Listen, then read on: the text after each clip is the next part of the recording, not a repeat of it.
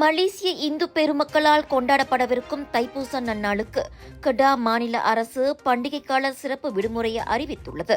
வரவேற்கத்தக்கது என்றாலும் ஆண்டுக்கு ஆண்டு சிறப்பு விடுமுறையாக அறிவிக்காமல் நிரந்தரமாக மாநில அரசு விடுமுறையாக அறிவிக்கும்படி மந்திரி பசார் டத்தோஷி முகமது சனுசி நூர் தலைமையிலான பாஸ் அரசாங்கத்தை மாய்கா கேட்டுக் கொள்வதாக அதன் தேசிய தலைவர் தான்ஸ்ரீ விக்னேஸ்வரன் கேட்டுக் கொண்டுள்ளார்.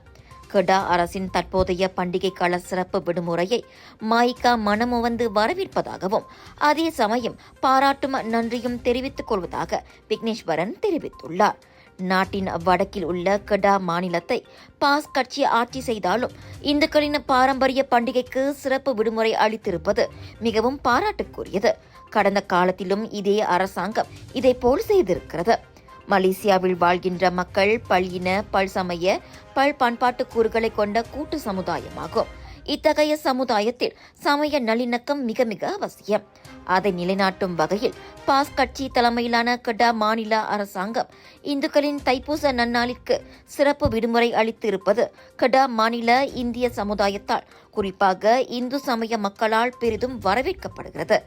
தைப்பூச விழாவை பொறுத்தவரை மலேசியாவில் இது ஒரு சமய பண்டிகை என்பதை காட்டிலும் பன்னாட்டு சுற்றுப்பயணிகளை கவரக்கூடிய விழாவாகவும் ஆண்டுதோறும் அமைகிறது என விக்னேஸ்வரன் தெரிவித்துள்ளார்.